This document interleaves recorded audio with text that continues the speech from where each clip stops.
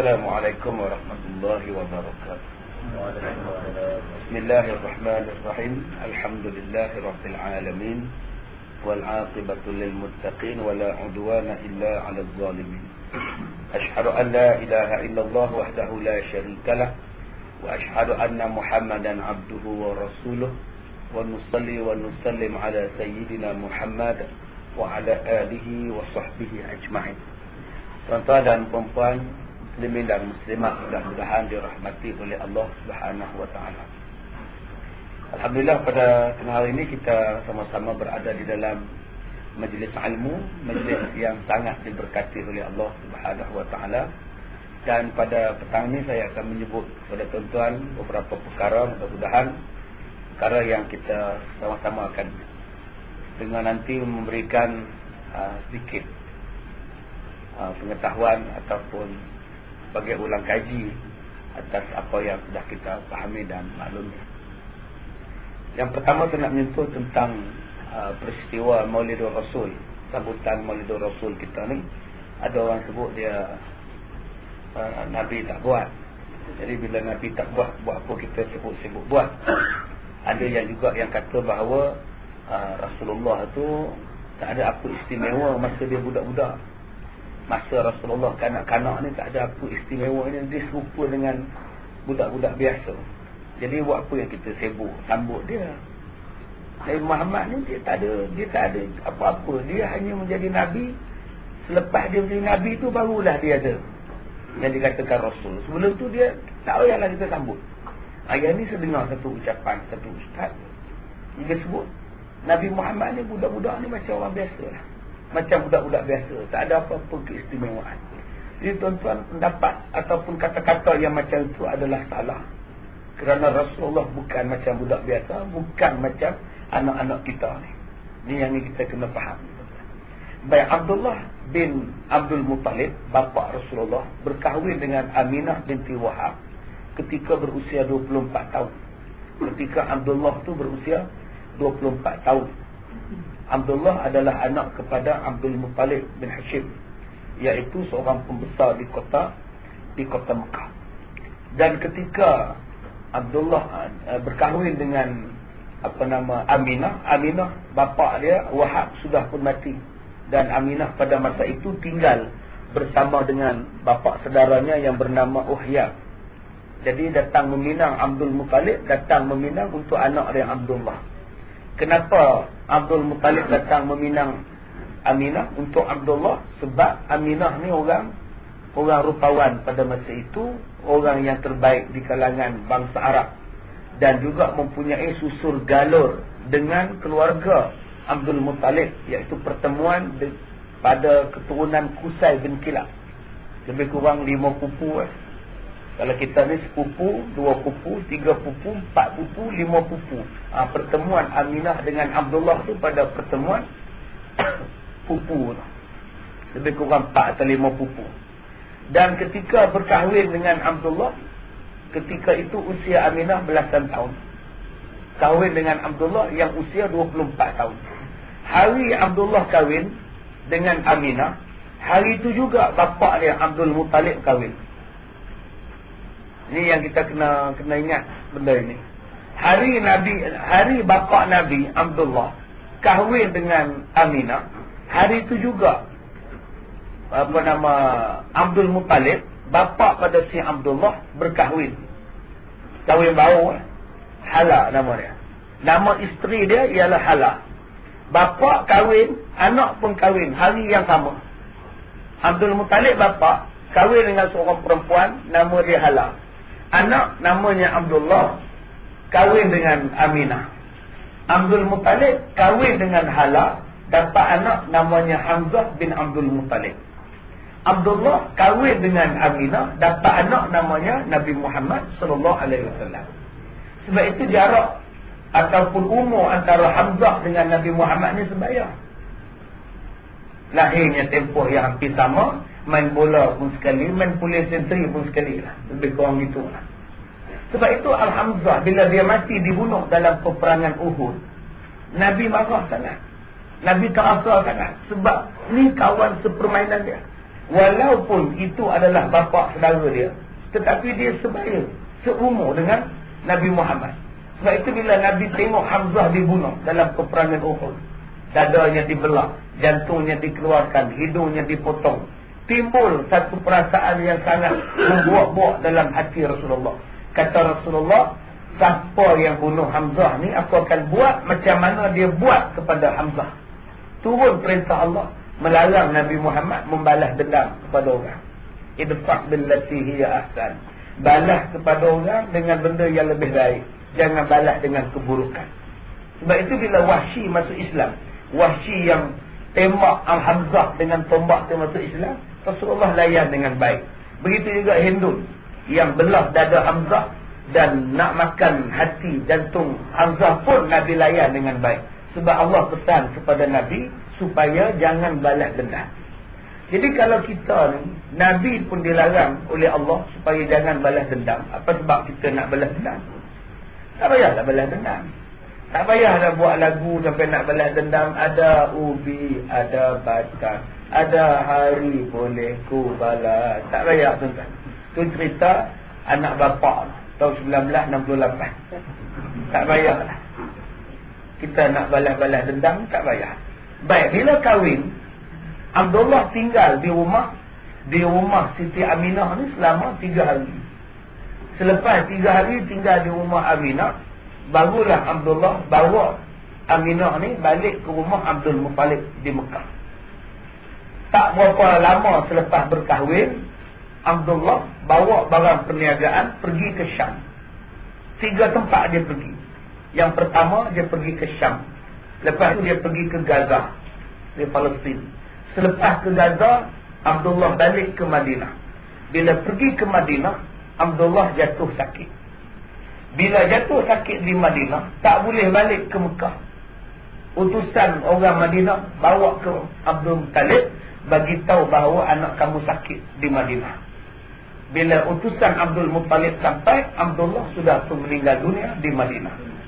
Tak sempat dibawa balik ke Mekah. Maka pada masa itu Aminah sedang mengandungkan Nabi Muhammad SAW. Bila mengandungkan Nabi Muhammad, Abdullah pula mati. Maknanya tuan-tuan, Nabi Muhammad tidak kenal bapa dia. Tak pernah tengok bapa dia. Dulu bukannya ada gambar macam kita. Kita sekarang ni anak yatim, pak ada gambar. Arwah pak tu dalam album penuh dengan gambar pak. Boleh tengok anak yatim sekarang. Sebab tu anak yatim sekarang jangan duk rasa susah. Jangan duk rasa berat. Nabi Muhammad lagi berat. Nabi Muhammad langsung tak kenal bapa dia. Saya anak yatim juga. Dulu lah tua tak yatim. Bapa saya meninggal ketika saya usia 8 bulan. Walaupun 8 bulan tak kenal siapa lagi, tapi saya kenal bapa saya. Sebab ada gambar dia, ada frame dia, ada album bapa saya. Saya boleh tengok gambar dia, walaupun hitam putih color dia. Keluar dalam paper lagi. Pak saya mati ni keluar dalam paper. Siap beli frame lagi gambar. Saya keluar dalam surat khabar. Jadi yatim saya ni tak ada apa, saya boleh kenal bapa dia. Yatim sekarang pun boleh kenal bapa dia. Yatim Nabi Muhammad mana boleh kenal Abdullah. Gambar tak ada masa itu. Yatim pula dalam perut. Ketika dalam perut sudah pun mati bapa. Bapa kita kebanyakan dia mati waktu kita dah besar, 5-6 tahun kita kenal bapa kita. Jadi tuan-tuan, bagi anak yatim tak payahlah kita rasa susah hati dengan jadi anak yatim. Banyak orang bila jadi anak yatim dia susah hati, hibah, sedih. Kenapa Nabi Muhammad dilantik daripada anak yatim menjadi Rasulullah? Kerana nak ajar pada kita, kuatkan semangat. Nabi Muhammad yatim lagi teruk. Mak mati, bapa mati, Tok Wan mati. Nabi Muhammad relax. Tak ada pun Nabi Muhammad jalan keliling kampung minta lagu tolong kami, bantu kami. Tak ada tuan-tuan. Itu cerita 3 Abdul 1964 yang menyanyi Haji Bahir, surah Piramli. Salah dia ambil harta Siddiq Sigaraga, lelang rumah Siddiq Sigaraga. Bukan saya bersyukur bapa saya mati. Saya redha bapa saya mati kecil. Saya mati kecil. Ya, masa saya kecil bapak saya berkata saya redha. Sebab apa saya redha? Sebab saya tak ada dosa dengan bapak. Untung tuan-tuan di hari kiamat Allah tak soal dosa dengan bapak. Dosa gigi mata dengan bapak tak ada. Dosa tengking bapak tak ada. Dosa sepak bapak tak ada. Zaman sekarang ni dengan pak dia pun dia sepak. Dia kapak bapak dia, semuanya pak belaka. Sepak, kapak, pak, semua dia buat. Saya sekurang-kurangnya saya tak ada dosa dengan bapak. Saya tak ada dosa maki bapak. Saya tak ada dosa menjadikan hati bapak saya terasa, bapak saya sedih. Saya tak ada dosa. Untung tak jadi anak yatim tuan-tuan. Untung. Kita tak ada tahu berapa lama kita nak disoal di hari kiamat. Hanya kerana masalah dengan bapak kita. Raya tak balik bapak kecil hati kena soal. Kamu ni raya puasa tak balik, dipa balik. Bapak kata. Tengah anak tu raya dipa balik tak balik, raya puasa pun tak balik. Langsung sama balik. Pak terasa hari kiamat kena soal.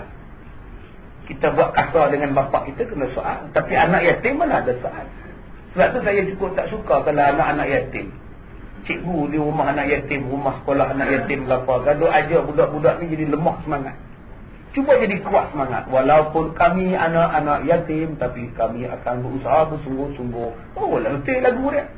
Ini saya pergi ceramah satu tempat. Kumpulan anak yatim ni dengan lembek-lembek. Kami anak yatim, kami perlukan kasih sayang. Nyampak tu kan. Jadikan budak-budak tu lembek. Janganlah jadi lembek. Kamu duduk di rumah anak yatim tu 1000 nikmat. Waktu puasa Ramadan, Tarawih, Moral ni cukup susah dapat anak yatim ni. Semua penuh. Raya ni tuan-tuan banyak bawa pergi supermarket. Tesco, Giant, Raksasa, semua dia pergi. Sekarang dah banyak dah korporat pergi bantu anak yatim. Nabi Muhammad siapa bantu? Syukurlah aja supaya jadi orang yang bersyukur. Jangan jadi lemah semangat, tak larat, letih, tekilan dan sebagainya. Bila Abdullah meninggal, Aminah mengandung. Yang masalahnya tuan-tuan, keberkatan kepada Aminah ni, ketika mengandungkan Rasulullah, Aminah tak sedar pun yang dia mengandung. Sebab tu saya kata awal-awal tadi, jangan kata Nabi Muhammad ni sama macam budak lain. Aminah ketika mengandungkan Rasulullah tak rasa pening, tak rasa sakit dan tak rasa pun dia mengandung. Malaikat datang beritahu dekat Aminah, kamu rasa kamu hamil ke Aminah? Haid tak datang, tapi tak pening. Isteri kita kalau mengandung macam mana tuan-tuan? Satu taman tu boleh dengar muntah saja. Satu telkom ni tahu dia mengandung, makan asam dia ni. Tu yang kata kita mengandung teruk. Nabi Muhammad punya baik ketika mak dia mengandung, dia tak menyusah mak dia. Tapi kita masa kita ni dimengandungkan oleh mak kita, menyusah mak punya teruk. Mak tu nak macam-macam. Daging musang berjanggut. Nak sana, nak sini. Tak boleh bau bapak dia. Bau suami pun tak boleh. Suami duduk sebelah, dia terajam pijak. Dia kata tak boleh Allah. Kadang-kadang Allah tu datang pada suami. Isteri tak Allah, suami Allah. Duk muntah dekat telkom ni, wek pasal apa ni? Bini aku mengandung, dia kata aku tak tahu, aku pula Allah ni. Apa jenis macam tu pun ada. Jadi Nabi Muhammad, mak dia bukan macam itu. Bukan macam kita ni tuan-tuan. Baiknya Rasulullah daripada dalam perut sudah baik. Kita daripada dalam perut ni dah menyusah orang tua. Macam-macam nak. Kawan saya tu tuan-tuan, isteri dia mengidam nak daging babi.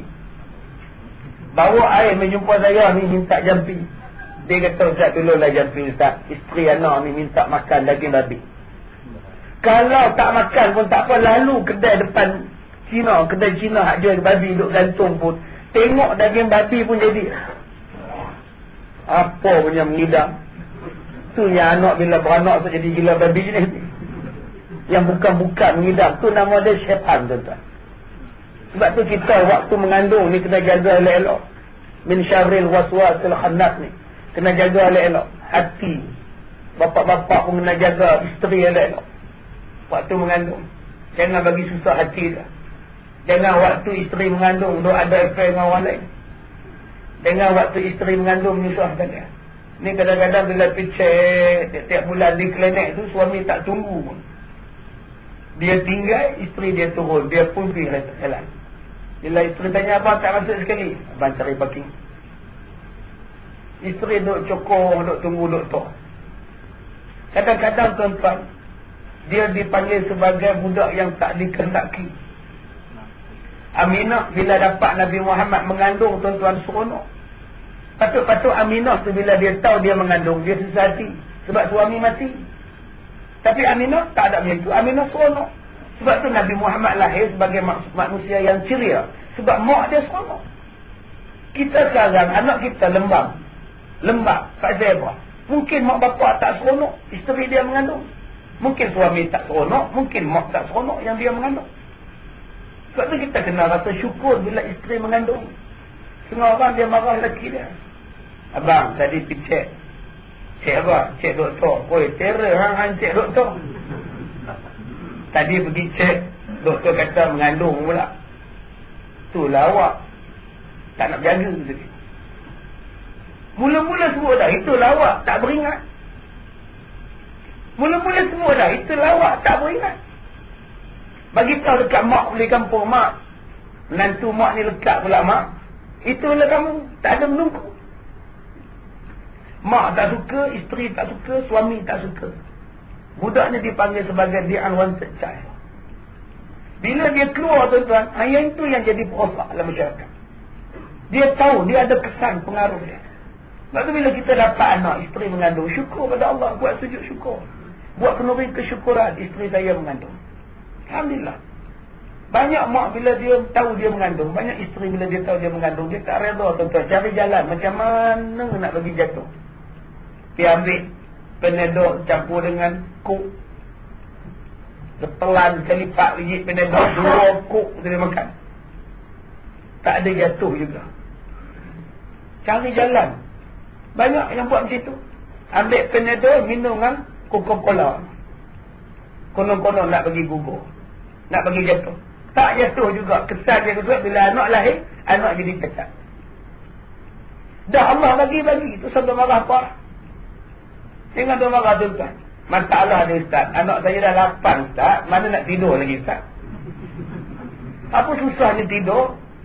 Beli katil 2 tingkat. Susah Ustaz lah. Tak ada masalah. Allah bagi rezeki. Nak narzukukum wa iyahum. Kami yang bagi rezeki kepada kamu dan kami yang bagi rezeki pada anak kamu. Jangan susah hati. Jangan. Bila Aminah nak bersalin tuan-tuan, sakit tak ada. Siti Aminah tak sakit macam mak kita, macam isteri kita bersalin. Isteri kita bersalin ni Masya Allah, bersalin tingkat 3, tingkat bawah pun dengar. Punya duduk menjerit, aduh. Tak mau salin lah. Habis selesai salin tu, sakit dah apa. Tak mau lah, cukup lah.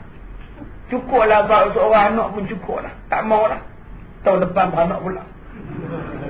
Yang tahun ni kata tak mau lah, main tahun depan dia main pula tuan-tuan. Itulah orang perempuan. Sayang dia macam tu. Kita kalau pergi hospital salin tu tuan-tuan, ada 3 bangsa duk teriak waktu salin. Kita dah tengok bangsa mana paling kuat menjerit. Kita pukul telinga tuan-tuan. Jenis-jenis buat-buat tu, ayo. Riuh lah. Paling siap sekali orang kita. Sebab tu tuan-tuan, suami ni bila isteri salin duduklah di sebelah dia. Bila masuk dalam bilik salin duduk sebelah. Cari tempat salin yang elok sikit, duduk sebelah, pegang tangan dia, pergi semayang hajat, ambil air selusur bagi minum. Tak tahu tak nak buat air selusur macam mana? Allah dia ambil air mineral ni, baca Fatihah 7 kali. Baca surah Al-Fat ayat 1, inna fatahna laka fathan mubina. Bagi isteri minum, sapu di muka dia, sapu di perut dia. Selesai salah. Tak payah nak pergi jumpa Tok Bidan minta air selusur. Paling senang buat Al-Fatihah 7 kali, surah Al-Fat ayat 1. Dah. Jadi Al-Fatihah tu macam mana nak baca Ustaz? Nak baca macam mana? Al-Fatihah, Al-Fatihah, Al-Bukan. Baca sampai habis lah. Alhamdulillah. Orang kita ni payah tuan-tuan. Dia kena cerita sampai habis. Lain kali Ustaz cakap dia terang. Memanglah. Lewat jenah hang yang tak terang. Dia kata Ustaz tak terang. Jadi tuan-tuan buat. Siang dekat isteri. Setengah suami bila isteri bersalin dia duduk tingkat bawah. Bila Izzah Okok. Selangor Dacan lawan Kelantan pula ni. Duduk cerita pasal bola tuan-tuan. Yang isteri bersambung nyawa. Patut-patut duduk di sebelah, pegang tangan isteri, genggam tangan isteri, bagi semangat. Lahir saja anak, Allahu Akbar, Allahu Akbar. Tak payah nak dengar di telinga dia pun tak apa. Bang dalam bilik salin tu juga. Bang.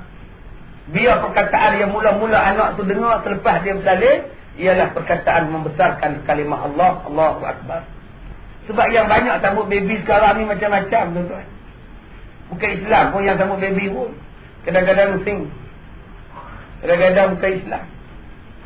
Yang ni kita tak mahu. Siti Aminah bila dia bersalin tak rasa sakit. Tak terasa pun. Malah tak ada orang sambut ketika Nabi bersalin. Sebab tak menyusah sama orang. Tak dalam keadaan kotor. Tak dalam keadaan busuk. Tidak dalam keadaan yang menjijikkan. Sebaliknya Rasulullah keluar tu bercahaya rumah Siti Aminah. Sampai Rasulullah keluar tu keadaan tangan dia macam orang berdoa. Dan sunat sudah pun disunatkan. Kenapa Nabi sudah disunatkan ketika dilahirkan? Kalaulah Nabi belum disunatkan, nanti bila dia dah besar baru nak sunat, tuan-tuan, Tok Mudim tu mesti ambil glamour je. Tok Mudim tu mesti ambil glamour. Sebab tu Nabi Muhammad tak ada Tok Mudim. Kalaulah Tok Mudim sunatkan Rasulullah, nanti dia buat signboard dekat rumah dia, Mudim Rasulullah. Nanti dikutuknya Rasulullah, Muhammad tu aku yang nyunatkan dia. Kamu tahu? Jadi hina Nabi Muhammad. Allah pelihara Nabi Muhammad sejak pada kecil lagi. Tak ada orang yang pegang Rasulullah, tak ada orang yang potong tali pusat Nabi. Sebab tali pusat Nabi sudah siap dipotong. Kita ni tuan-tuan, kalaulah artis jumpa bomo, dia mesti bobo artis. Siap nempel lagi ni, bomo artis. Kalaulah dia tu tukang sunat raja, dia tulis ahli tabib dia raja. Semua ambil kesempatan. Tambah zaman sekarang. Zaman Nabi Muhammad tak ada siapa boleh ambil kesempatan nama daripada Rasulullah. Sebab tak ada siapa yang sunatkan Nabi, tak ada siapa yang potong tali pusat Nabi. Tuan-tuan dirahmati Allah, bila salin saja Aminah letakkan Rasulullah dalam satu tempat bakul. Tak ada siapa boleh tengok. Mula-mula tengok ialah Abdul Muttalib, datuk Rasulullah. Bila tahu saja Nabi Muhammad sudah lahir, Abdul Muttalib bawa Nabi Muhammad pergi dekat Kaabah sebagai tanda kegembiraan. Orang dulu-dulu tanda kegembiraan tidur kat Kaabah, bawa anak. Abdul Muttalib kata, aku namakan budak ini, cucu aku ini dengan nama Muhammad. Orang di Mekah heran, kenapa bubuh nama Muhammad? Mana ada orang dalam ni bubuh nama Muhammad? Tak ada siapa orang yang bubuh nama anak Muhammad. Kata Abdul Muttalib, Muhammad itu maknanya orang yang terpuji. Biarlah budak ni terpuji di langit dan terpuji di bumi dengan perangai, dengan akhlak dia. Memang jadi sungguh tuan-tuan. Tuan-tuan boleh bayang tak? Daripada zaman Nabi Nuh, daripada zaman Nabi Adam sampai zaman Nabi Muhammad, tak ada orang yang bubuh nama Muhammad. Takkan berjuta-juta manusia tak ada akal nak bubuh nama Muhammad. Sebab tu kalau kita kata Nabi Muhammad ni sama dengan orang lain, salah. Nabi Muhammad tak sama dengan orang lain. Tak ada budak yang bernama dengan nama Muhammad sebelum Nabi Muhammad lahir. Tak ada manusia. Kita ni nama macam-macam, serupa belakang. Kita ingat nama kita ni tak sama dengan orang lah. Buh nama Rus, berlambak Rus tuan-tuan. Rus Iskandar, Sirat Rus, macam-macam Rus. Tapi Nabi Muhammad tuan-tuan boleh bayang tak? Berjuta manusia tak terfikir nak bubuh nama Nabi Muhammad, nak bubuh nama Muhammad. Sebab apa tak terfikir? Sebab Allah khaskan nama Muhammad ini hanya untuk Nabi kita, Nabi Muhammad sallallahu alaihi wasallam. Mulianya tuan-tuan Rasulullah kita. Sebab tu kita kena sanjung Nabi Muhammad, kita kena hormat Nabi Muhammad. Dia bukan budak-budak biasa, dia bukan orang biasa. Sebab ada orang kata Muhammad ni sama dengan kita je. Dia cuma lebihnya dia tu Nabi je. Bengong punya orang ni tuan. Dia kata Nabi Muhammad ni sama macam kita je. Cuma lebihnya dia Nabi. Kalau dia tak Nabi sama je tuan. Jangan henakan Rasulullah macam itu. Bukan sifat Rasulullah macam itu. Rasulullah daripada kecil lagi. Sampailah Rasulullah wafat, tidak ada satu benda pun dia cacat dan celah pada diri Nabi Muhammad SAW. Yang adanya semuanya baik-baik berlaku tuan-tuan. Bila dia dilahirkan, Ummu Aiman yang menyusukan dia. Mula-mula sekali susukan dia. Bapa saudara dia yang paling besar sekali menyambut kelahiran Nabi Muhammad ialah Abu Lahab. Abu Lahab tu sambut Rasulullah 100 ekor unta. Buat kenuri cukup kepala. Kalah kita tuan-tuan. Kita sambut Rasulullah besok 100 ekor apa? Tuan-tuan besok ada ceramah maulud. Tuan-tuan nak sembelih apa esok? Abu Lahab tu 100 ekor unta. Punya bangga dengan Nabi Muhammad. Sebab Nabi Muhammad ni anak menakan dia, anak adik dia, anak Abdullah. Abdullah mati. Dia kata anak menakan aku lahir dah. Bila Nabi Muhammad lahir tuan-tuan, cahaya dia sampai ke Syria. Cahaya yang menerangi bumi Mekah sampai ke Syria. Api yang disembah oleh orang-orang Majusi di Paris terpadam, walaupun tidak pernah terpadam selama 1000 tahun. Syaitan-syaitan iblis ni tuan-tuan menjerit. Dalam hadis menyebutkan bahawa iblis menjerit sebanyak 4 kali. Dia menjerit, marah, menjerit, sedih, semuanya ada. Dalam bahasa kita menjerit tension. Sebab tu di KL pun ada orang menjerit. Nama dia KL menjerit. Iblis pun menjerit juga. Iblis menjerit sebanyak 4 kali. Kali pertama, bila Allah melaknat iblis. Aba wastakbara wa kana minal kafir. Bila Allah kata kamu ni orang kafir, iblis. Iblis terus menjerit. Yang kedua, bila Allah kata kepada iblis, qala fahbit minha fama yakunu laka an tatakabbara fiha fahruj innaka minas saghirin. Allah halau iblis daripada syurga. Iblis menjerit. Ayat surah Al-A'raf ayat yang ke-13. Ayat yang ke-13. Qala fahbit minha fama yakunu laka an tatakabbara fiha fahruj innaka minas saghirin. Jadi tuan-tuan, surah Al-A'raf tadi, ayat yang saya bacakan tadi adalah di antara ayat yang paling iblis tahu, yang paling iblis takut. Ini tuan-tuan yang mana rajin hafal ayat. Ada gangguan di rumah ke, gangguan di pejabat ke, mesin photostat untuk jalan sendiri. Ada juga di pejabat. Saya banyak pergi pejabat tuan-tuan. Dia duduk petang-petang tu, orang mandi dalam bilik mandi, bilik air. Tapi tak ada siapa. Tapi bunyi orang mandi. Tapi janganlah baca ayat dalam tandas pula. Qala fahbit minha, jangan tuan-tuan. Ini dalam tandas, tak sesuai untuk dibaca. Baca tempat baik-baik. Ya, tempat. Yang ayat yang paling syaitan takut ada 10. Saya bagi satu ya. Bagi banyak tuan-tuan tak ingat pun. Saya bagi satu dulu. Qala fahbit minha, surah Al-A'raf, juzuk 8, ayat 13. Balikkan baca, amalkan. Anak teriak malam, anak menangis malam, muih dekat telinga kiri kanan dia. Suami menangis malam, muih dekat telinga kiri kanan dia. Ayat yang saya sebutkan tadi. Kali ketiga iblis menjerit ialah apabila Nabi Muhammad dilahirkan. Bila Nabi Muhammad dilahirkan, iblis menjerit. Menjerit tension. Macam tuan-tuan, kalau tension di mana? Kali keempat iblis menjerit ialah apabila suratul Fatihah diturunkan. Ada 4 kali iblis menjerit seumur hidup. Menjerit tension, menjerit marah, sedih. Bila dilaknat oleh Allah, bila dikeluarkan daripada syurga, bila Nabi Muhammad dilahirkan, dan yang keempatnya apabila surah Al-Fatihah diturunkan. 4 benda ini. Sebab itu surah Al-Fatihah ni ialah ibu kepada segala penyakit. Nabi Muhammad suruh baca 7 kali surah Al-Fatihah. Bila tuan-tuan ada hajat, baca 7 kali. Tuan-tuan kena gigit binatang, nak pergi ke klinik hospital lambat, tuan-tuan ambil Al-Fatihah ni, baca Al-Fatihah. ludah di tempat yang kena gigit 7 kali. Ni Nabi suruh buat. Gigit lipan ke apa-apa, baca Al-Fatihah 7 kali baca, ludah di tempat gigit. InsyaAllah. Begitu juga kalau tuan-tuan ni tak tahu nak buat apa, orang masuk hantu. Setengah orang dia tak percaya, histeria. Tak percaya pun tak apalah, tunggu kamu masuk hantu, baru berjaya. Allah sebut benda masuk hantu ni dalam surah Al-Baqarah. Allazina ya'kuluna ar-riba la yaqumuna illa kama yaqumul ladzi yataqabbathu asy-syaitanu minal mas. Orang yang makan riba, tidaklah dia bangun di hari kiamat, melainkan dia bangun macam orang yang kerasukan hantu. Allah sebut dalam Quran macam orang kerasukan syaitan. Terang-terang sebut dalam Quran bahawa syaitan itu boleh merasuk manusia.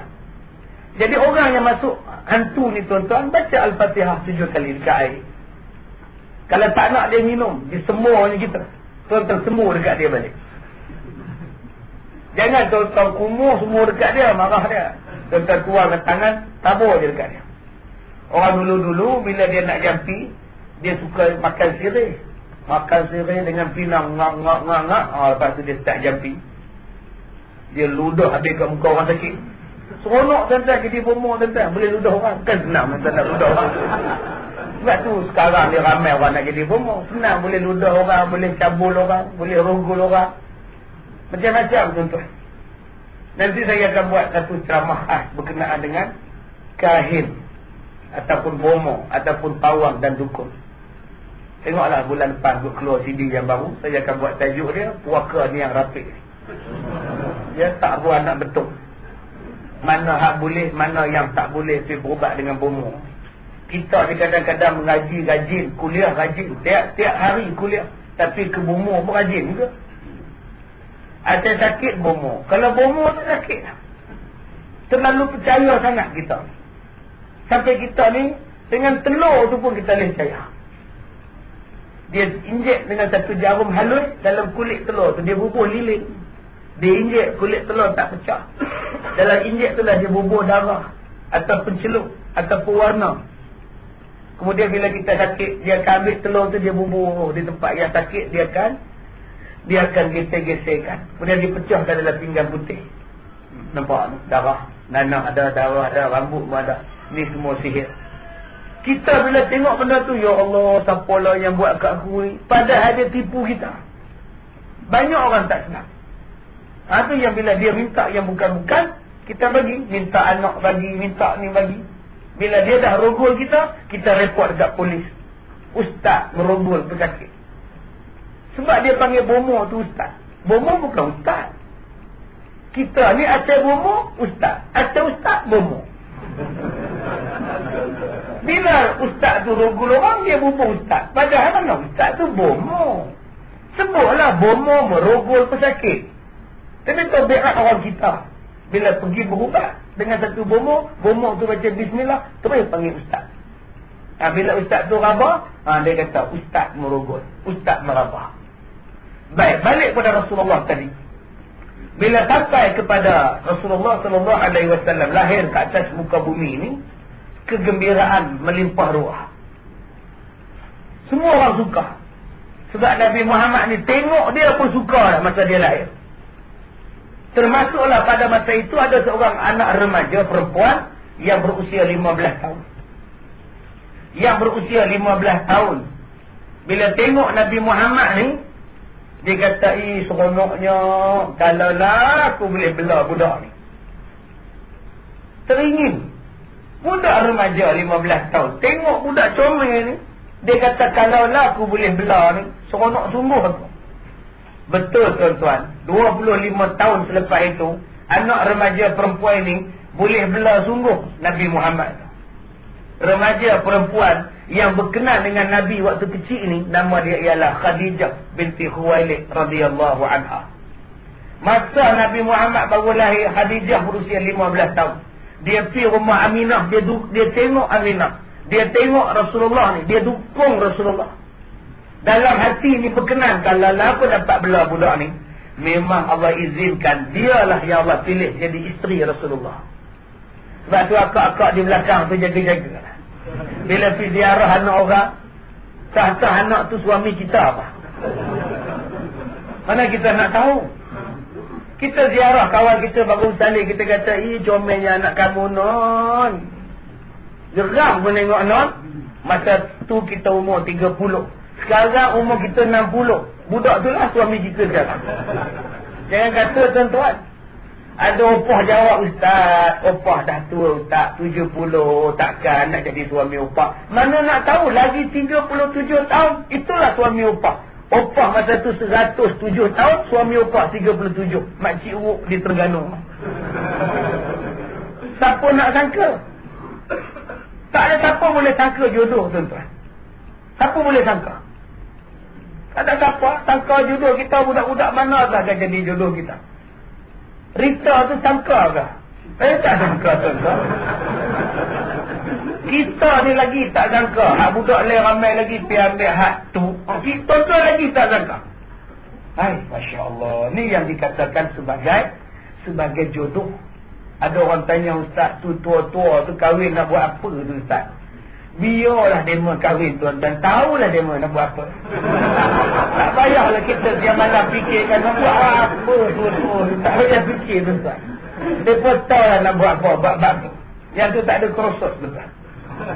Baik, Rasulullah SAW disusukan dengan Ummu Aiman. Tabiat orang Arab, pukul berapa kita nak habis ni? Pukul 2.30? Bukan pukul 2 ke? Ya ke? Tabiat orang Arab, bila dapat baby, dia takkan menyusukan di Mekah. Sebab persekitaran Mekah tu tak berapa kondusif, kata orang. Tak berapa menyelerakan keadaan. Keadaan orang ketika tawaf telanjang, tuan-tuan. Zaman dulu orang tawaf di Kaabah tu telanjang. Sambil bersiuk, sambil bertepuk tampah. Kaabah dipenuh dengan berhala. Penuh. Jadi tak sesuai nak sesuaikan, nak susukan budak-budak di Mekah. Biar hantar ke pendalaman, biar orang kampung pelihara. Sebab yang pertama, supaya udara bersih menyihatkan budak. Sebab yang kedua ialah untuk memfasihkan bahasa Arab. Kerana bahasa Arab di kampung-kampung lebih kemas daripada bangsa Arab. Bahasa Arab di tengah-tengah kota Mekah itu. Jadi mereka menunggu Bani Sa'ad untuk datang menyusukan Rasulullah SAW. Kerana kebanyakan orang Bani Sa'ad adalah anak yang terbaik untuk disusukan. Dalam duk tunggu tu tuan-tuan, ada satu keluarga miskin. Keluarga ni bernama keluarga Halimatus Sa'diyah. Orang susah. Makanan tak ada, minuman tak cukup, apa semua tak ada. Pergi ke kota Mekah untuk cari mana-mana budak yang boleh kalau disusukan. Mereka menunggang seekor unta yang kurus. Jalan tak tegak, unta ni pun lemah. Bila unta ni lemah, berjalan pelan, unta lain boleh potong rombongan Halimah. Bila orang lain dah sampai ke Mekah, bila semua orang lain dah sampai ke Mekah, dia mau dapat anak-anak orang kaya untuk disusukan. Halimatus Sa'diyah lambat sampai, unta dia sakit gaut gemar. Bila lambat sampai, orang dah tak ada. Yang tinggalnya ialah Nabi Muhammad. Kenapa orang tidak mengambil Nabi Muhammad sebagai anak susuan? Sebab Nabi Muhammad anak yatim. Sebiasaannya kalau anak yatim, upah tidak lumayan. Siapa nak tanggung duit? Mereka kata daripada tak ada abang kita ambil jugalah Muhammad ni jadi anak susuan. Kita ambil jugalah. Nak buat macam mana? Nak balik kosong rugi pula. Ambillah Nabi Muhammad sebagai anak susuan. Tak dapat upah apa lagi pun, ambil aja dulu. Pasal dah tak ada orang lah. Bila buat balik tuan-tuan, naik di atas unta tu, Halimatus Sa'diyah susunya hanya sebelah saja yang mengeluarkan susu. Sebelah lagi tak ada susu. Bila Nabi Muhammad cicip saja susu si Halimatus Sa'diyah, keluar susu. Bukan setakat Nabi Muhammad boleh minum, adik-beradik susuan Nabi Muhammad pun boleh minum. Dan unta yang bawa Halimatus Sa'diyah, yang semalam ni berjalan ni punya slow, hari ni berjalan laju, boleh potong unta orang lain. Halimah tanya dekat suami dia, abang, Ini unta baru ke bang? Kata suami dia, nak beli baju baru pun tak ada, nak tukar unta baru. Ini unta kita lah. Pak siapanya laju semacam ni bang? Tuan-tuan nampak tak? Barakah. Ni yang kata barakah. Barakah Nabi Muhammad, belah dia, susu keluar. Belah dia, unta tak sihat pun jadi sihat. Kalau kita faham dua benda ni tuan-tuan, rahmat dan barakah. Dia datang daripada Nabi Muhammad, boleh dapat. Datang daripada Allah, tapi Nabi Muhammad boleh bawa. Wa ma arsalnaka illa rahmatan lil alamin. Tidaklah kami utuskan kamu wahai Muhammad melainkan menjadi rahmat pada sekalian alam. Jadi tuan-tuan, kalau nak dapat rahmat dan barakah, carilah daripada perbuatan Rasulullah. Sayanglah kepada sunnah Nabi, mesti ada barakah dan rahmatnya. Kenapa tak nak buat yang Nabi punya? Kenapa tak nak ikut perangai Nabi? Pada Nabi itu ada rahmat dan barakah. Kita takkan dapat rahmat walaupun kita bubuh nama kita Muhammad Rahmat. Nak dapat rahmat ni tuan-tuan kena ikut cara Rasulullah. Kita takkan dapat barakah kalau nama kita restoran berkat sekalipun. Kalau meniaga tak ikut cara Rasulullah, tidak barakah. Perniagaan mesti ikut cara Rasulullah. InsyaAllah dapat barakah. Mana-mana orang yang mengamalkan sistem ekonomi Islam, ekonomi Rasulullah, insyaAllah selamat. Ada bank yang berteraskan pada Islam mencatatkan keuntungan 1.23 bilion. Ada bank yang mencatat keuntungan tahun lepas saja 1.23 bilion. Dan terjejas dalam keadaan yang sangat minima dengan kegawatan ekonomi. Hanya kerana meletakkan Islam dalam trust perniagaan. Ada bank yang tidak mencatat keuntungan yang memberangsangkan. Cuma untung 404 juta. 167 juta. Malah ada syarikat yang rugi 60 juta. Syarikat penerbangan yang rugi 606 juta. Sebab tidak meletakkan keberkatan yang datang daripada Allah, yang tidak mau ambil daripada perbuatan Nabi SAW. Ambillah tuan-tuan. Tetapi IJN dekat ya. Pergi ke IJN tu tanya doktor. Dalam setiap 20 orang pesakit, berapa ramai laki-laki, berapa ramai perempuan? Pergi cek tengok dekat. Tanyalah dekat. PR dia kata apa? Pergi tanya. Dalam 20 orang pesakit jantung, 16 laki-laki, 4 perempuan. Itu nisbah. Orang laki-laki ramai sakit jantung. Dalam 16 yang sakit jantung itu, berapa ramai yang ada janggut, berapa ramai yang tak ada janggut? Bila cek tuan-tuan. Sebab tu Nabi suruh simpan janggut. Ada sebab. Ada hormon. Ada tumbesaran hormon pada janggut itu mempengaruhi kepada jantung. Apa kaitannya tuan-tuan? Kenapa Nabi Muhammad bila sujud, bila tahiyat akhir, Nabi Muhammad angkat tangan, asyhadu an la ilaha illallah. Banyak lagi jari lain boleh angkat. Jari tengah kah, jari hujung kah? Pasal apa jari telunjuk juga yang diangkat? Dia angkat dua kan? Boleh juga. Sebabnya apa yang Nabi angkat satu? Kerana jari ni uratnya bertembung sampai ke hati. Angkat saja asyhadu an la ilaha illallah. Hati ni akan sebut tiada Tuhan melainkan Allah. Kaitan yang Nabi buat tu tuan-tuan. Bukan saja-saja Nabi buat angkat. Habis tu tak nak angkat tu nak pusing ke nak apa kan? Ada orang tak naik tak turun, tak naik tak turun. Biar pergi kat dia lah tuan-tuan. Tuan-tuan duk tengok dia, tuan-tuan tak khusyuk pula. Main mana apa-apa ni. Tuan-tuan perasan, tuan-tuan khusyuk. Tuan-tuan duk tengok jari dia. Mana punya jara susah. Dia perasan dia betul dah. Padahal dia lah tak betul. Orang hang semayang hang lah. Semayang yang duk tengok orang siapa. Selalu kita macam tu. Ada semayang je kita kata kita khusyuk dah, kita tengok orang depan. Gaul sana, gaul ni apa budak ni. Hang tu semayang hang sedang tak? Hang semayang hang tumpu lah. Semayang yang duk sibuk orang depan siapa. Ya orang depan tu pun janganlah kacau orang belakang. Mana ada saya kacau? Tak, saya semayang je tak. Memang kamu tak kacau, tapi baju kamu tu. Baju kamu tu menjadikan orang kacau. Tapi tulis macam-macam baju tu. Oh, maktab perguruan. Oh. Sebab tu nak semayang, tak tulis-tulis apa. Relax supaya orang belakang tenang, orang depan pun tenang. Baik, jadi tuan-tuan, Halimatus Sa'diyah bila dia belah, ada keberkatan pada Nabi ni. Awal-awal belah sudah ada keberkatan.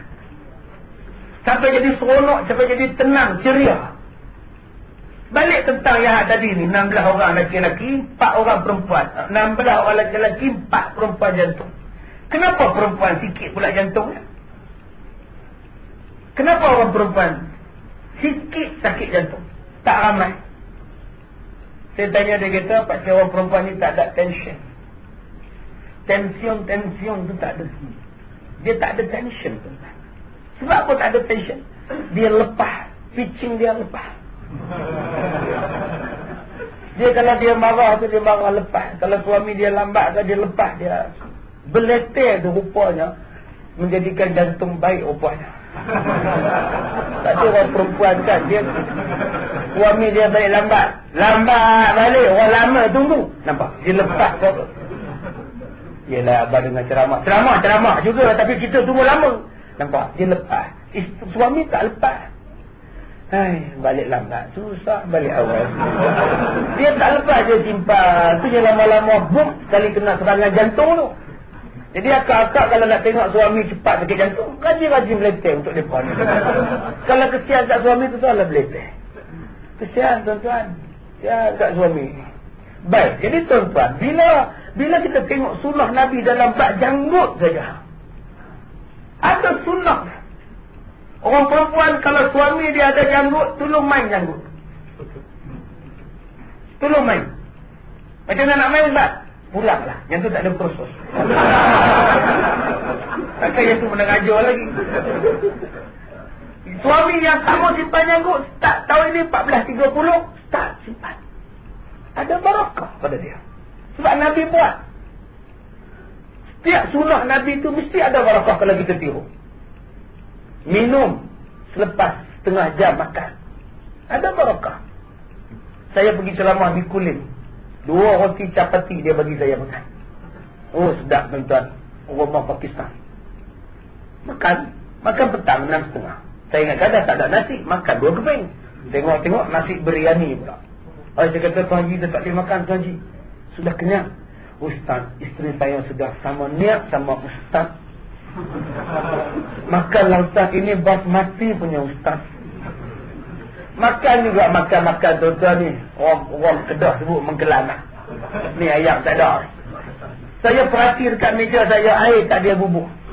Saya kata Tuan Haji, air ni tercekik ni. Ustaz mengikut sunnah Rasulullah sallallahu alaihi wasallam. Setengah jam lepas makan baru minum. Saya kata kalau setengah jam lagi makan matilah saya. Ya marilah air tu saya nak minum. Sebab itulah nama dia sunnah. Bukan dah tercekik pun tak boleh minum. Sabar nak. Lagi 2 minit lagi.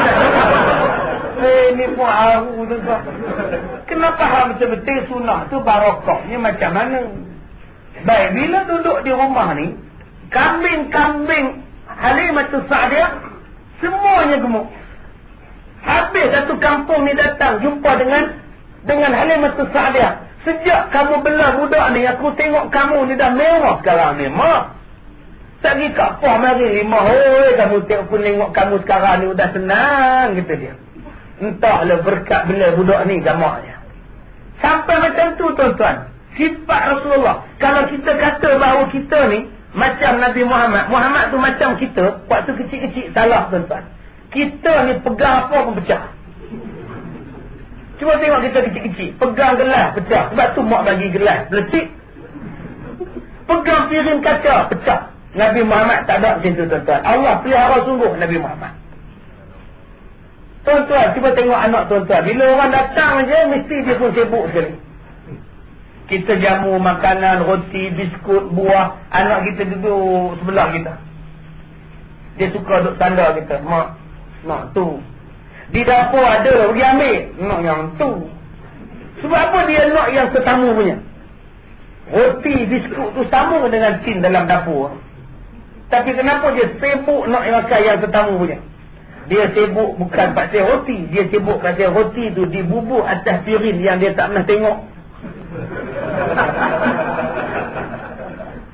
Air kopi tu dibubur dalam cawan yang dia tak pernah tengok. Yang dia duk makan, cawan plastik. Yang dia duk pakai, pinggan plastik. Pinggan plastik tu pun berlubang tengah pak dia duk cucuk dia rokok.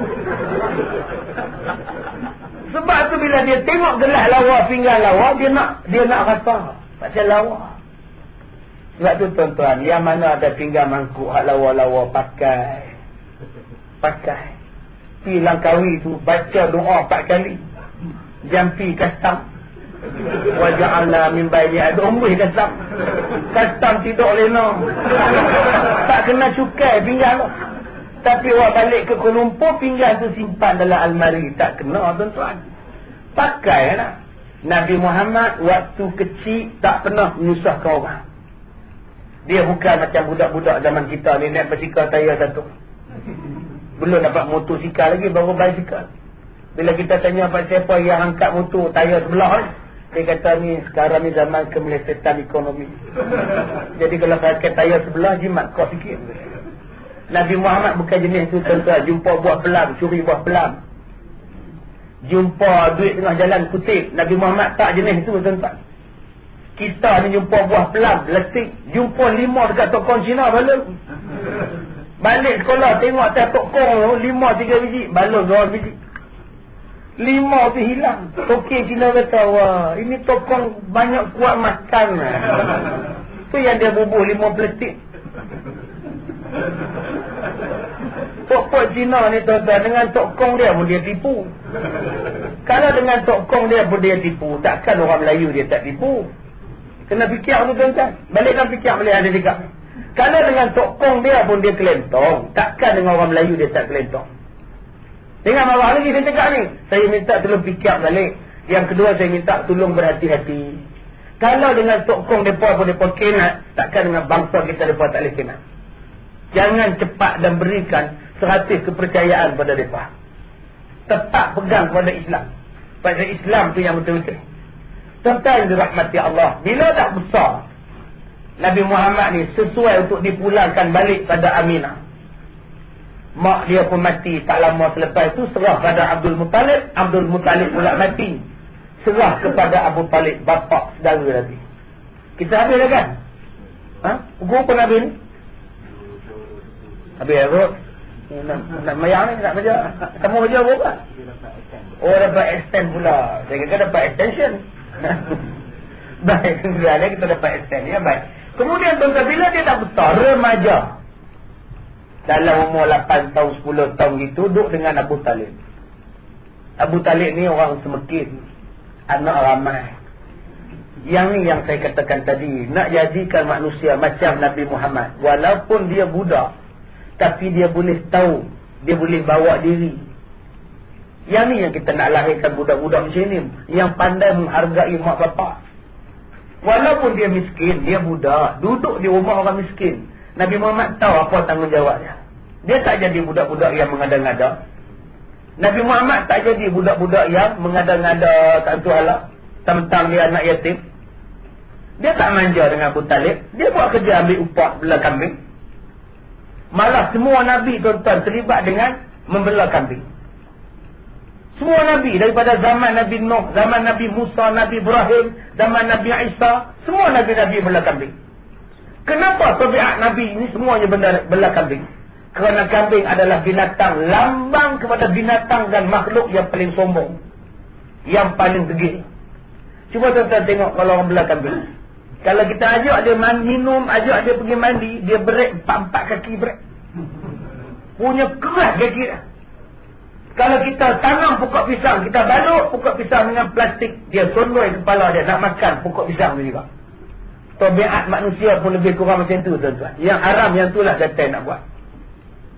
Sebab itu Nabi-Nabi diajar membelah kambing supaya jiwanya kuat. Kerana manusia pun degilnya lebih kurang kambing juga. Itu sifat. Yang kedua, Nabi Muhammad mengambil upah, membawa perniagaan bersama dengan Abu Talib. Bantu Abu Talib yang miskin. Dahlah miskin, anak ramai pula. Tuan-tuan cuba perhati. Orang miskin ni kebanyakan anak ramai.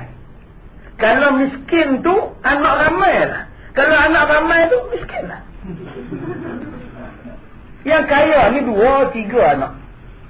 Yang miskin ni, ya Allah, kalau pergi di kampung-kampung tu tilam dia jenguk bertingkap. Jemur pun tingkap matahari nak basuh, nak cerahkan tilam.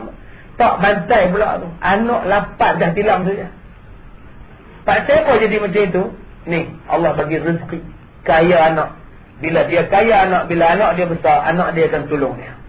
Adilnya Tuhan yang maha bijaksana ni tuan-tuan. Bila dia besar, Nabi Muhammad jadi pemuda yang tega. Bulu kening Nabi ni bercantum, melengkung dan bercantum di tengah. Mata Nabi ni bercelak, walaupun tak pakai celak, memang dah bercelak lah. Orangnya putih, pipi jadi merah. Rambut Nabi ni panjang, masa muda ni panjang sampai di bahu. Putih. Nak kata tinggi sangat tak, nak kata rendah sangat pun tidak, sedang-sedang. Bila berjalan, berjalannya bongkok ke hadapan, tunduk ke hadapan. Berjalannya laju-laju ke depan. Dia bukan macam kita lembut lembat. Kita ni bila jalan, dia jalan lembut. Bukan macam itu. Nabi dia berjalan cepat. Dia berjalan, nak ke depan berjalan. Ini cara bentuk Rasulullah berjalan. Badannya tegak. Orangnya berjanggut, lebat janggutnya. Siapa tengok pun berkenan. Tambah pula Nabi ni pakai baju jubah warna merah. Lagi orang berkenan. Serban Nabi serban putih, jubah Nabi jubah merah. Berjalan tengah panas, orang tengok ni berkenan. Itu sifat susuk tubuh badan Rasulullah. Bila bercakap dengan orang Nabi Muhammad ni, selagi mana orang tu tak habis cakap, dia dengar. Dia takkan potong orang cakap. Selagi orang tu tak sampaikan hajat dia, Nabi adalah pendengar yang setia. Kemudian Nabi Muhammad ni pula hormat pada orang. Hormat pada orang tua. Bijaksana dan bercakap bila perlu saja. Di Madinah bila sebut saja Muhammad, tak ada komplain. Sampailah umur dia 24 tahun. Jawatan kosong pada Khadijah. Jawatan kosong pada rumah Khadijah. Membawa barang dagangan ke Syam. Khadijah Enterprise. Import export. Upah 2 ekor unta. Abu Talib baca iklan tu. Pak saudara dia baca. Oh, ini cantik peluang ni. Boleh aku recommend pada Nabi Muhammad, pada Khadijah. Abu Talib jumpa dengan Nabi. Dia kata, Mak, Pak Ngah tadi pergi rumah Khadijah, ada iklan poster jawatan kosong. Kamu ambil tau. Nanti Pak Ngah jumpa dengan Khadijah. Pak Ngah cakap, kamu terima lah. Ikut suka Pak Ngah lah. Pak Ngah, saya ikut aja.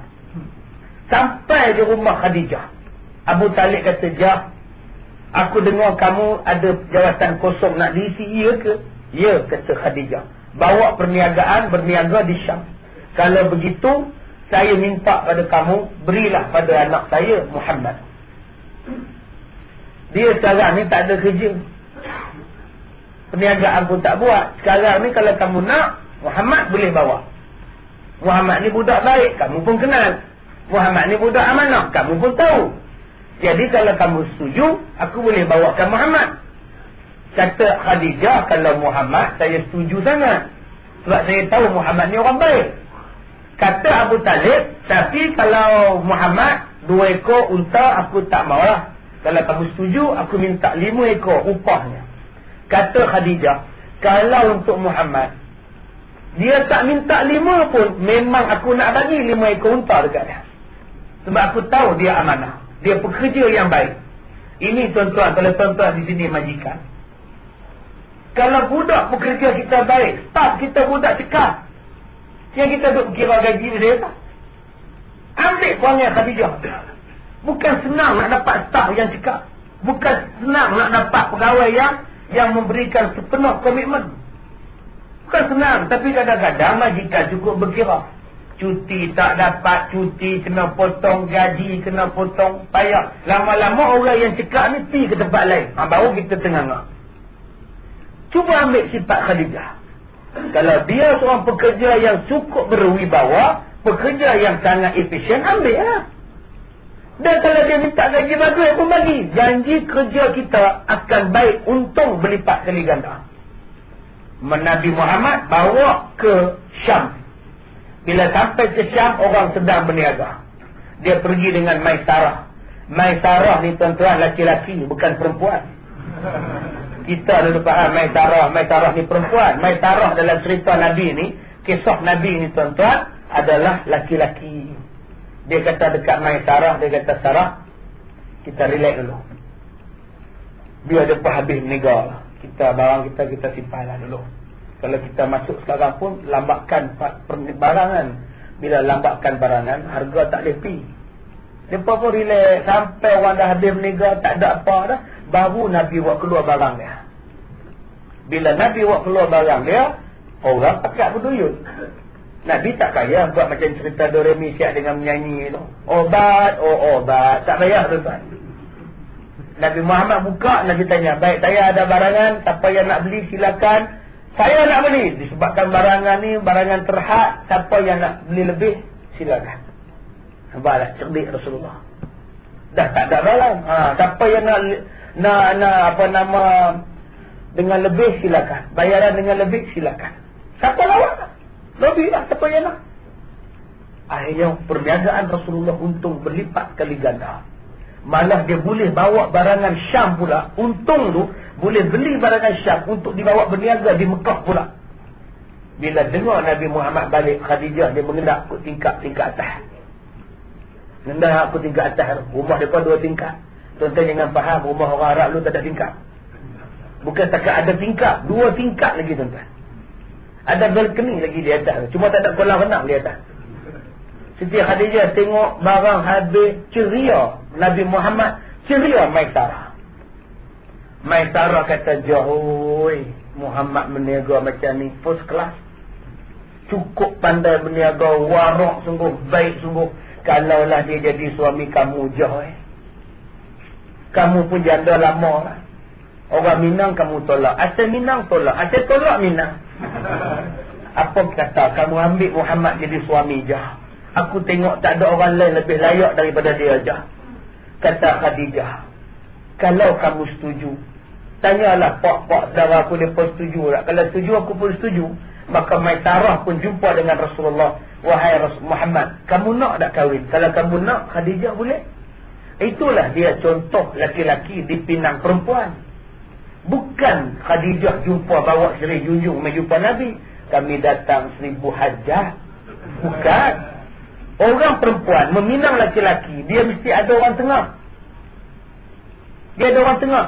"Din, kamu dia dah umur 34, Din, tak nak kahwin, Din." "Tak apalah, nak dekat aku." "Apa tak nak pula? Kak Tipah tu, dia nak kat kamu."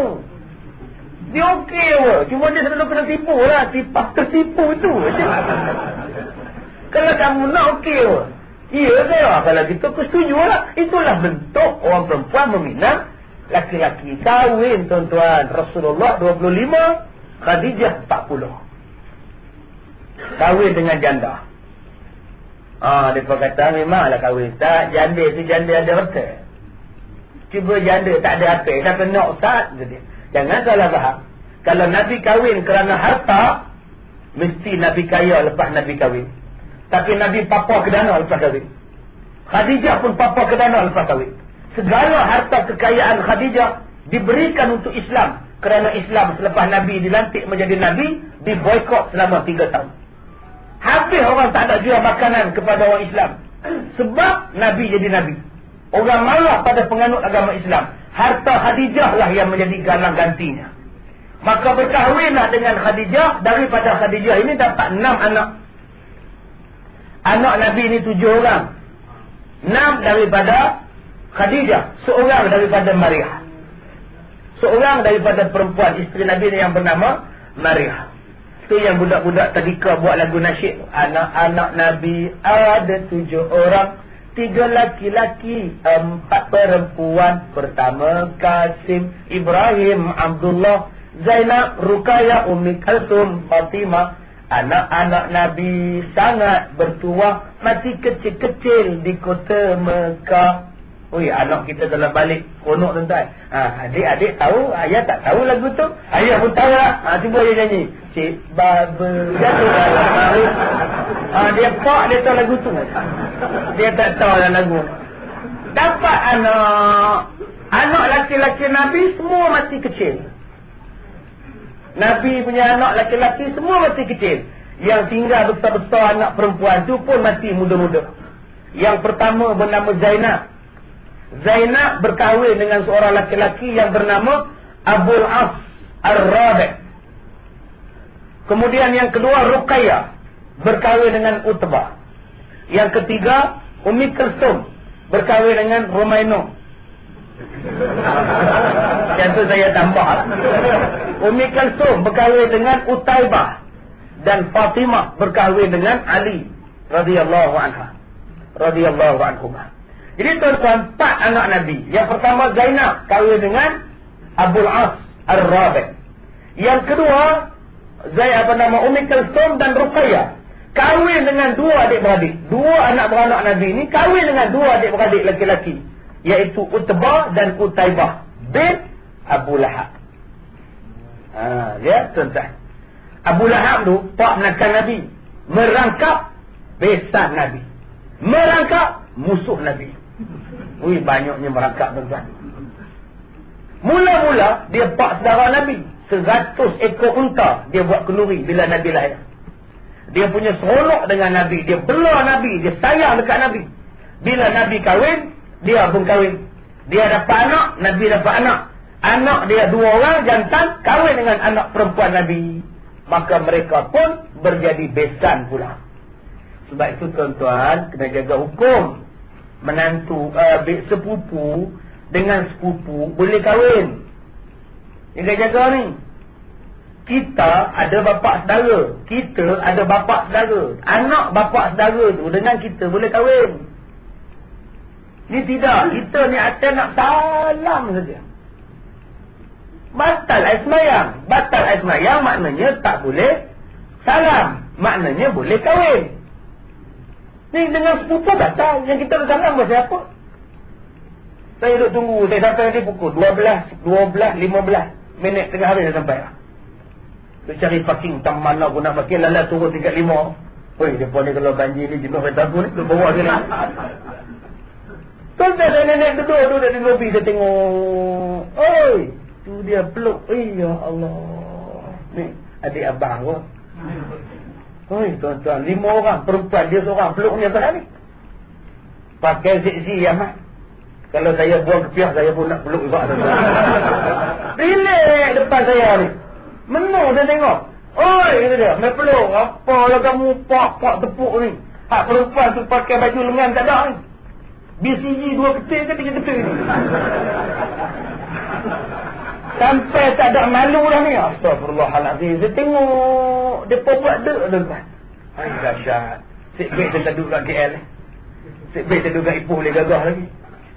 Saya ni pakai kepiah tuan-tuan. Saya tengok tak ada malu, tak ada apa. Dia kira mesra, siap laga pipi dia. Relax. Masya-Allah tuan-tuan. Haram tu tuan-tuan. Oi. Daripada duk buat macam itu, baik peluk babi. Peluk babi tak dosa. Sungguh lah. Lori babi tu lalu depan menara kita ni, jatuh cekok, duk tengah jalan, tak tahu nak pergi mana. Tuan-tuan boleh ambil dia, dukung dia. Dia babi ni comel juga. Tak berdosa. Tak dia sama lah. Pergi ambil tanah 2-3 ketil, buat layak, campur, sama 6 kali air bersih, jalan. Tapi dengan anak darah tu kita duk pegang, nak sama dengan apa? Dosa. Tapi hari ni orang tak anggap dosa, orang tengok babi tu, kotor. Memanglah babi tu kotor, tapi hak kita duk pegang nak darah orang, berdosa di sisi Tuhan. Ni dah naik motor melekat 2 orang tuan-tuan, naik expire melekat. 2 duk larang tu. Seat belakang tu kosong. Dia tolong jaga. Lepas ni yang mana sepupu, yang mana papan, 2 pupu, yang tu tak boleh bersalam. Sebab boleh kahwin. Nabi Muhammad dengan Abu Lahab, pak saudara, tak apalah boleh salam, pak saudara. Dengan anak pak saudara tu. Macam saya dengan Cik Jelani ni sepupu. Cik Jelani ni ada anak dara. Anak dara tu panggil saya Pak Su cousin. Saya dengan anak dia, saya boleh kahwin.